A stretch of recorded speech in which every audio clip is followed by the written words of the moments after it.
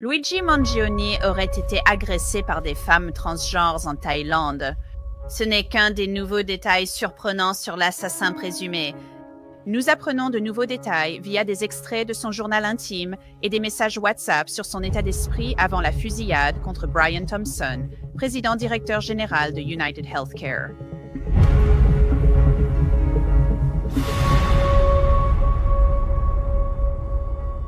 Bienvenue sur Law & Crime, je suis Angenette Lévy. Avant sa détention pour meurtre il y a 10 mois, Luigi Mangione était libre de faire ce qu'il voulait. Il a notamment voyagé à travers l'Asie avec son sac à dos, et un article du New York Times montre que ce fut un voyage remarquable. Mais ce n'était pas que du plaisir et des jeux. Des messages WhatsApp révèlent que Mangione a en fait été attaqué par un groupe de femmes transgenres alors qu'il faisait la fête à Bangkok. Mangione les a appelés des Lady Boys. C'est un terme péjoratif, mais on m'a dit qu'il est en fait couramment utilisé en Thaïlande. Cet incident nous donne un rare aperçu de la vie de Mangione avant qu'il ne soit accusé du meurtre de sang-froid du président-directeur général de United Healthcare, Brian Thompson, en décembre dernier. Mangione, bien sûr, a grandi dans une banlieue de Baltimore, faisant partie d'une famille bien connue issue du milieu des clubs de golf. Il possède des maisons de retraite. Il a été major de promotion à la Gilman School pour garçons en 2016, puis il a obtenu une licence et un master en informatique et ingénierie à l'Université de Pennsylvanie. Ses amis le disaient intelligent et réfléchi, mais il a souffert des années d'un problème à la colonne vertébrale, avec parfois des troubles de concentration, ce qui a affecté ses notes. Après une opération du dos réussie en juillet 2023, il n'avait plus besoin d'antalgiques et était prêt à voyager. Cet incident à Bangkok n'était que le début. Là-bas, il a rencontré 2 expatriés américains. Il a raconté sa vie dans le Maryland, à Hawaï, et parlé de jeux vidéo et Pokémon. Il a montré des photos de lui près d'un volcan. Il a parlé de l'intelligence artificielle et il a commenté le coût élevé des soins de santé chez lui. Surpris par le faible coût d'une imagerie par résonance magnétique en Thaïlande, il a perdu son téléphone dans un taxi, visité des salons de tatouage locaux et tout documenté sur WhatsApp. Ensuite, pendant des mois après la Thaïlande, Mangione semblait avoir disparu. Sa famille et ses amis ne pouvaient le joindre et il était absent des réseaux sociaux. Sa mère l'a signalé disparu à la police de San Francisco. Les enquêteurs affirment maintenant que c'est pendant cette période qu'il préparait discrètement son prochain coup. De nouveaux détails du New York Times montrent un homme passant de l'aventure à la solitude, des fêtes à la réflexion et, selon les notes de son journal intime, de l'exploration à la planification stratégique. Après la Thaïlande, il s'est rendu au Japon à la recherche de solitude, dans les montagnes de Nara et au mont Omin, un site sacré depuis le 7e siècle, où les pratiquants du Shigundo gravissent des crêtes dangereuses pour tester leur courage et trouver des pouvoirs surnaturels. Le 6 mai 2024, Luigi fêtait ses 26 ans. Il s'est enregistré dans une petite maison d'hôte à Tankawa, le point d'entrée du mont Omin. Il a réservé la seule chambre disponible, le chasseur, avec vue sur des sommets aux cèdres et une rivière grondante. Il y a passé 6 jours à méditer, lire, écrire et, je cite, « se zénifier », comme il l'a dit à l'une de ses amies. La propriétaire de l'auberge a déclaré que Mangione avait laissé sa chambre impeccable, sorti ses poubelles et ne parlait que si nécessaire. Il évitait les appareils numériques et restait dans son coin. Selon ses amis et ses journaux intimes, il réfléchissait aux injustices du système de santé américain et à comment transmettre un message. Lors de son voyage à Mumbai, il a rencontré l'écrivain Jash Delany en tentant d'acheter 400 exemplaires de son livre. Tout cela, d'après le New York Times. Ils ont aussi abordé la logique, la philosophie et l'impact social. En juillet 2024, Mangione était rentré aux États-Unis, discret à San Francisco. D'après ses journaux intimes, il dormait mal et se sentait embrumé. Mais il devenait aussi de plus en plus sûr de sa prochaine décision. Les procureurs soutiennent que les écrits attribués à Mangione donnent un aperçu rare de son état d'esprit avant la fusillade.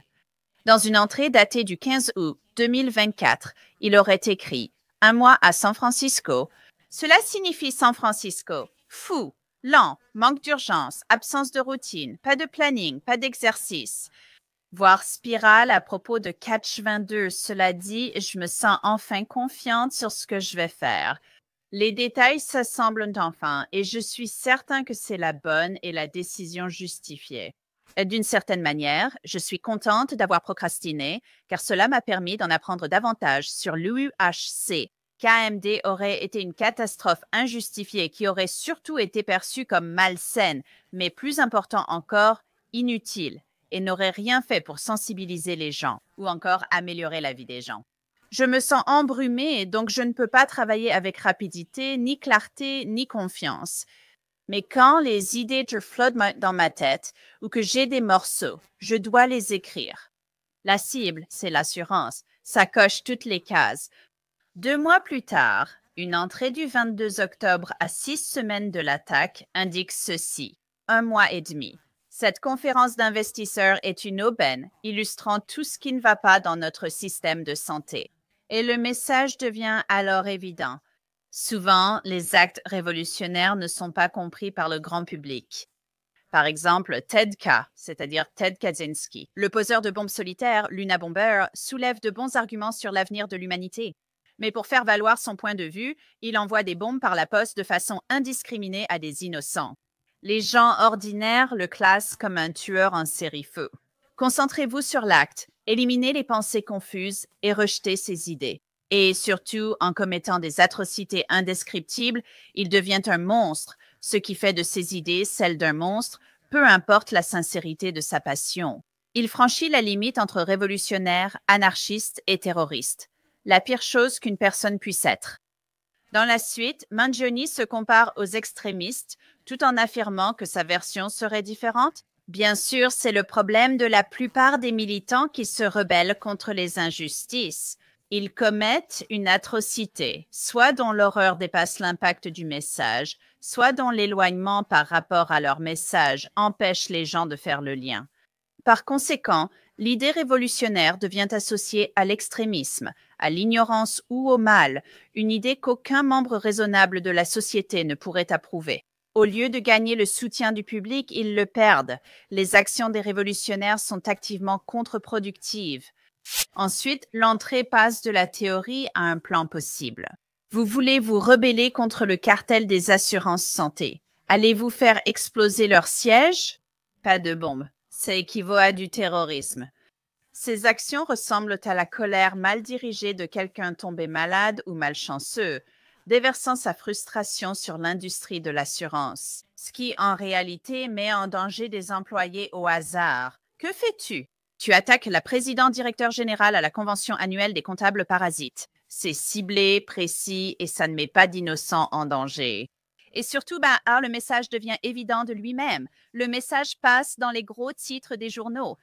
Le président directeur général d'une compagnie d'assurance tué lors de la conférence annuelle du secteur. Cela met en lumière l'événement lui-même. Un groupe de cadres de JP Morgan et Morgan Stanley se réunit lors d'une conférence chic à New York pour discuter de certains ratios précis. Le Medical Loss Ratio, soit le ratio de perte médicale, mesure la vie humaine en valeur monétaire. Ça donne l'image d'un salaud cupide qui l'a bien cherché. Enfin, le coup porté est un vrai choc pour les finances de l'entreprise. Ces analystes et investisseurs institutionnels veulent être courtisés par les dirigeants des assurances. Cette opportunité est anéantie. À la place, l'entreprise devient un sujet brûlant. Il vaut peut-être mieux investir ailleurs et laisser celle-ci se calmer. Le 4 décembre 2024, Mangione est accusé d'avoir tiré sur le président directeur général de United Healthcare, Brian Thompson, devant un hôtel de Midtown Manhattan, masqué et avec une arme fantôme imprimée en 3D.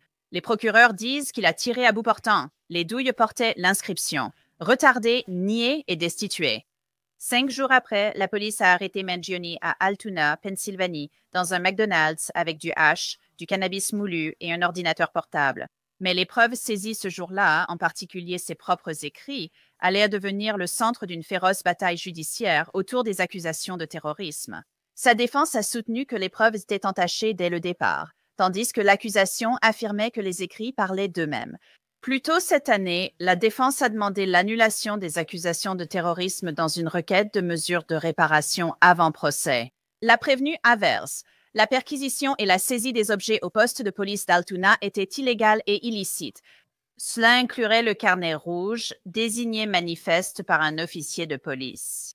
La défense a soutenu que toute l'arrestation constituait une saisie inconstitutionnelle, rendant la découverte du journal inadmissible. Mais l'accusation a riposté, citant les écrits comme une preuve explicite d'intention terroriste. Dans leur réponse à la requête, ils écrivent « Les intentions du prévenu étaient évidentes à travers ses actes, mais ces écrits servent à rendre ces intentions explicites. » Le prévenu a clairement indiqué dans son manifeste que sa cible était l'industrie de l'assurance. Cela coche toutes les cases. L'accusation a soutenu que les écrits montraient un plan calculé pour intimider une population civile. Les écrits du prévenu montrent en outre qu'il espérait que le meurtre déclencherait une action à grande échelle. Cela intimiderait tous les employés du secteur de l'assurance maladie et cela dissuaderait les investisseurs et les analystes financiers d'investir dans l'industrie. Malgré les arguments de l'accusation, le 16 septembre, un juge de New York a donné raison à la défense. La défense a gagné, les accusations de terrorisme ont été abandonnées et la requête acceptée. Donc, pour discuter de Luigi Miani et de ces nouvelles informations que nous apprenons à son sujet grâce à l'article du New York Times, je voudrais faire intervenir le docteur Daniel Bober. C'est un psychiatre légiste. Alors, docteur Bober, que pensez-vous de ces nouvelles informations? Nous découvrons les mois précédant le meurtre de Brian Thompson par Luigi Mangione. Vous savez, il voyageait en sac à dos en Asie.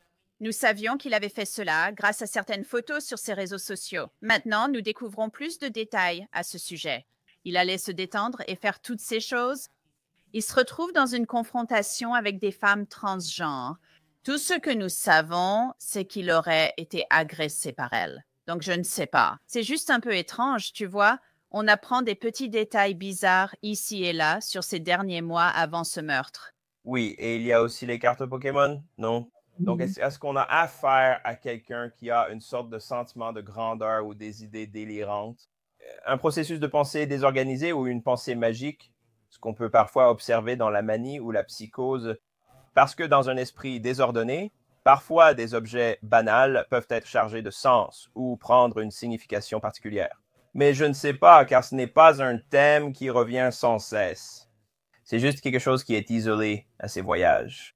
Et il semble qu'il essaie peut-être d'atteindre une certaine clarté spirituelle parce que son ego s'effondre autour de lui. Parce que, vous savez, à la fin de la journée, la victime dans ce cas, qui avait une famille et qui pour beaucoup de gens n'a pas été une figure sympathique. Elle aurait vraiment pu devenir un symbole de cette violence dirigée contre l'industrie de l'assurance, où la violence devient moralement justifiée, voire un acte vertueux. Donc, je pense qu'il y a beaucoup de choses à analyser ici. Il semble vraiment qu'il y ait beaucoup de choses à analyser ici. L'une des choses que je trouve intéressantes dans cette affaire, c'est le fait que Luigi Mangione avait tout pour lui. D'accord, il avait des opportunités dont la plupart d'entre nous ne pouvaient que rêver. Il venait d'une famille aisée, donc c'est clairement un enfant de famille fortunée. Et il est allé dans les meilleures écoles, il a fréquenté un excellent lycée préparatoire, une école pour garçons dans le Maryland. Ensuite, il a intégré l'Université de Pennsylvanie, une Ivy League en Pennsylvanie. C'est un homme intelligent, il a beaucoup d'argent et il a ce problème de dos. Il subit l'opération du dos, il ne semble avoir aucun problème pour accéder aux soins de santé. Et puis, il subit cette opération du dos qui semble très bien réussir et soulage la douleur qu'il avait. Ensuite, vous savez, il gambade un peu en partant pour ses voyages. Il y a des rapports sur cette confusion. Il a ce brouillard cérébral. Que peut représenter ce brouillard cérébral? À quoi cela peut-il correspondre comme symptôme? Je sais que vous devez être prudente car vous ne l'avez pas examiné ni consulté ses dossiers médicaux. Mais que peut signifier tout ce brouillard cérébral d'un point de vue santé mentale? La première chose qui me vient à l'esprit avec le brouillard cérébral, c'est la consommation d'alcool ou de cannabis. C'est quelque chose auquel je pense. Encore une fois, il se peut que ce soit un gars qui cherchait un sens à sa vie avec tout cela. Il avait l'air très perdu et il cherchait une cause. Et peut-être que c'est celle-ci qu'il a choisie. Ce qui est une cible facile, non? L'industrie de l'assurance que beaucoup de gens pensent profiter de la misère humaine. Et quand la moralité est détournée par une illusion, la violence peut sembler être une vertu. Donc, je trouve intéressant qu'il ait tout compris. Je trouve intéressant qu'il soit riche. Il a le master, il a la licence, il a l'argent. Et tu dis qu'il cherche une cause, qu'il cherche peut-être quelque chose, et beaucoup de gens diraient, eh bien, il a déjà tout. Eh bien, ça ne veut pas forcément dire que juste parce que tu as ces diplômes, tu peux accéder à un très bon emploi. Que tu cherches quelque chose qui vraiment résonne, je suppose, avec ton âme. Donc, on dirait qu'il cherchait peut-être quelque chose, mais on dirait aussi qu'il a trouvé quelque chose, mais qu'il a transmis le message de la mauvaise manière. Et c'est là que je voudrais maintenant me tourner un peu vers lui en lisant ces informations de Ted Kaczynski. Vous savez, il pense que Ted Kaczynski a soulevé des arguments vraiment, vraiment pertinents, mais là où il s'est trompé, c'est, vous savez, en faisant du mal à des innocents, juste des gens ordinaires. Genre, il s'en prend à des gens ordinaires, et donc c'est ça le problème. C'est là que le Unabomber s'est trompé, parce que ses idées étaient bonnes, mais il s'en est pris à des gens ordinaires pour faire passer son message. Les gens pensaient que c'était une terroriste et une tueuse en série. Ses idées étaient bonnes, mais la mise en œuvre de ces idées, sans mauvais jeu de mots, était le problème. D'accord. Et donc, selon vous, Luigi se radicalise-t-elle simplement en lisant sur l'Unabomber? Non, je pense qu'il doit y avoir plus que ça. Je veux dire, si vous regardez beaucoup de ces auteurs de fusillades de masse, ils sont souvent inspirés par des auteurs précédents. Mais je pense que vous, Luna Bomber, dans le cas de Ted Kaczynski, c'était quelqu'un qui était anti-technologie et il croyait que la technologie était en fait, vous savez, l'une des causes de la chute de la société. Donc c'était certainement un point de vue non conventionnel. Et donc, peut-être que ce avec quoi il s'identifiait chez Ted Kaczynski, c'était le fait qu'il s'agissait d'un gars qui allait à contre-courant.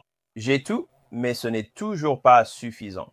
À bien des égards, je vois cela chez Mien Johnny, je vois un gars qui était privilégié, un enfant de riche. En tant que psychiatre, certains des pires cas que je rencontre concernent des enfants avec des fonds en fiducie. Ils n'ont aucune motivation. On parle d'affluenza. Ils ne veulent rien faire de leur vie parce que l'argent est déjà là. Et donc, ils ont vraiment aucun sens, aucun but. Tout a été, en gros, vous savez, préparé pour eux. Les fonds en fiducie posent un problème, mais c'est une autre histoire. Mais bref, le point, c'est que je pense qu'ils cherchaient vraiment un sens parce que les dés étaient déjà jetés. Il avait tout cela, mais ce n'était pas assez. Intéressant. Je veux revenir à citer un petit passage du journal de Luigi, 1 mois et demi. Cette conférence d'investisseurs est un véritable jackpot. Elle incarne tout ce qui ne va pas dans notre système de santé. Et surtout, le message devient évident de lui-même. Le souci des actes révolutionnaires, comme je l'ai dit, est que leur message se perd auprès des gens ordinaires. Ted Kay avance de bons arguments sur le futur de l'humanité. Mais pour défendre son opinion, il envoie des colis piégés à des innocents. Les gens ordinaires le classent comme un tueur en série fou, se concentrent sur ses actes, ses pensées confuses et rejette ses idées. Il devient un monstre. Il franchit la limite entre révolutionnaire, anarchiste et terroriste. La pire chose qu'une personne puisse être. Il affirme que c'est le problème de la plupart des militants qui se rebellent contre, et il y a un mot inaudible ici, les injustices. Ils commettent une atrocité, soit dont l'horreur dépasse l'impact du message, soit dont l'éloignement par rapport à leur message empêche les gens de faire le lien. Donc, il pensait qu'en s'attaquant à l'assurance, il allait faire passer ce message et qu'il ne serait pas considéré comme un terroriste parce qu'il s'en prenait à quelqu'un qui représentait, vous savez, il était comme une figure de proue de l'Amérique et qu'il était une sorte de Robin des Bois. D'accord. Eh bien, écoutez, une personne civilisée, une personne mentalement stable dirait, vous savez, peut-être que je devrais me présenter à une élection et m'occuper de cela, ou peut-être que je devrais créer une association à but non lucratif. Il existe de nombreux moyens sains d'exprimer ce système de croyance qui n'implique pas de tuer un dirigeant d'assurance maladie. Mais peut-être que pour lui, c'était comme ça qu'il allait attirer la presse, peut-être que c'était comme ça qu'il allait attirer l'attention. Pense à l'acte le plus extrême qui me fera sortir du lot. Et c'est ce qu'il a fait. D'accord, mais ça ne tourne pas l'attention vers le secteur de la santé, ça tourne l'attention vers lui. Et c'est ce qui en a résulté. Cela a entraîné qu'il reçoive des lettres de femmes, des femmes venant au tribunal pour le soutenir. Vous savez, socialement. Je pense que ce sont des personnes très perturbées. Nous avons des femmes. Je veux dire, je vois ces femmes qui se présentent au tribunal et elles sont amoureuses de lui, vous voyez. Des gens donnent plus d'1 million de dollars sur Give-Send-Go pour récolter de l'argent pour sa défense. Je comprends la colère contre l'industrie de la santé dans ce pays. Je la comprends totalement. C'est absurde, l'industrie est détraquée. Mais l'attention ne se porte pas sur l'industrie de la santé et ses problèmes parce que c'est tellement compliqué et complexe à bien des égards. L'attention est sur lui. Et ces femmes, je ne sais pas si elles pensent qu'il va être acquitté et qu'elles vont avoir une relation avec lui. Je veux dire, je ne comprends pas. Alors, dis-moi ce que tu penses de ces gens qui viennent traîner et dire « Hé, Luigi, on t'adore, tu es tellement sexy ». Donc, on a déjà vu ça avec Scott Peterson, avec Casey Anthony. Ces personnes sont très perturbées et peinent à établir des liens sains. Parce que, logiquement, il n'y a aucune chance réaliste que cette relation ait lieu un jour, n'est-ce pas? Il est donc bien plus simple d'idolâtrer quelqu'un et de l'aimer de loin. Là où tu ne peux pas vraiment les voir, où tu ne peux pas vraiment passer du temps avec eux, où ils sont essentiellement un public captif, c'est plus facile que d'être dans une relation saine. Ces personnes rencontrent de vraies difficultés interpersonnelles. Et c'est un fantasme. Absolument. C'est sans danger. Parce que ce n'est pas réaliste, ça n'arrivera jamais. Après le voyage en sac à dos en Asie, il semble qu'il parte à San Francisco et il traîne à San Francisco. Et c'est là qu'il disparaît un peu des radars. Vous savez, il n'aime pas trop, il ressemble un peu à Ted Kaczynski sur certains points. Il pense que les réseaux sociaux sont nocifs. Évidemment, Ted Kaczynski était avant les réseaux sociaux, mais Ted Kaczynski n'aimait pas la technologie, ce genre de choses. Évidemment, Luigi aimait la technologie et s'intéressait aux ordinateurs. Il dit qu'il a utilisé une imprimante 3D pour fabriquer une arme.